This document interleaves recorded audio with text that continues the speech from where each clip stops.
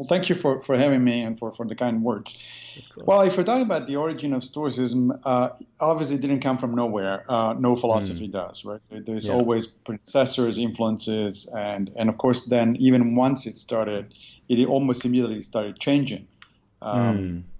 but let's go by uh, one step at a time and look at the actual story as far as we know it, of course, because the sources, unfortunately, from the time are pretty scarce. The main Mm. source that we have is Diogenes Laertius, the Lives and Opinions of the Eminent Philosophers. And Mm. Diogenes, we don't know much about Diogenes himself, interestingly.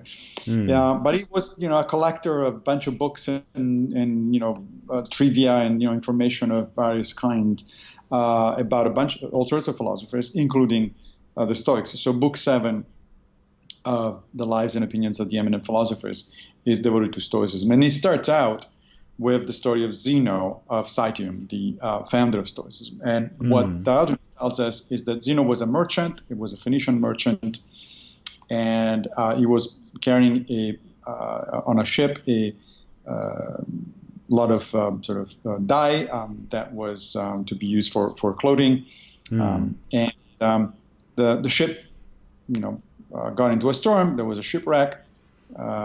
Zeno lost his cargo. However, he survived, and he got to Athens. And once in Athens, apparently one of the first things he did was to go to a bookshop, because that's what you do when you survive Yeah. a shipwreck. Go to a bookshop. And it turns out that the owner of the bookshop was sort of reading out loud Xenophon's Memorabilia. Memorabilia is a book about the life of Socrates. Mm. Zeno was intrigued, and he asked the bookseller, "Hey, how do I find people like Socrates, philosophers?"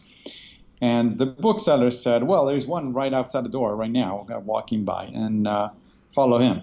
And that guy walking outside the door was Crates of Thebes, who was a Cynic philosopher active in Athens at the time. So Zeno follows Cretes, he becomes his student, and then he actually moves on to at least another 2 or 3 schools. He frequented Plato's Academy and a couple of other places. And then finally, after a few years, he feels confident enough basically to start teaching philosophy on his own. Mm. And of course, his own constructs, as well as his own understanding of what the Cynics were doing, as well as the Aristotelians, a bunch of things. He pulled things that seemed to make sense to him and rejected things that didn't make sense to him. And he came up with sort of this original blend. The original blend became known as Stoicism because Zeno decided, fairly unusually, to teach philosophy in the public market on the northwestern side of the Agora, which was the open market in Athens. There is a place that you can actually still today see the remnants of. At the time, this was a place with columns and paintings, and in fact was a porch, basically. And the term in Greek is stoa poikile, which literally means painting porch. Yeah. And so because Zeno started teaching there, the people that followed him and started listening to his teachings became known as Stoics.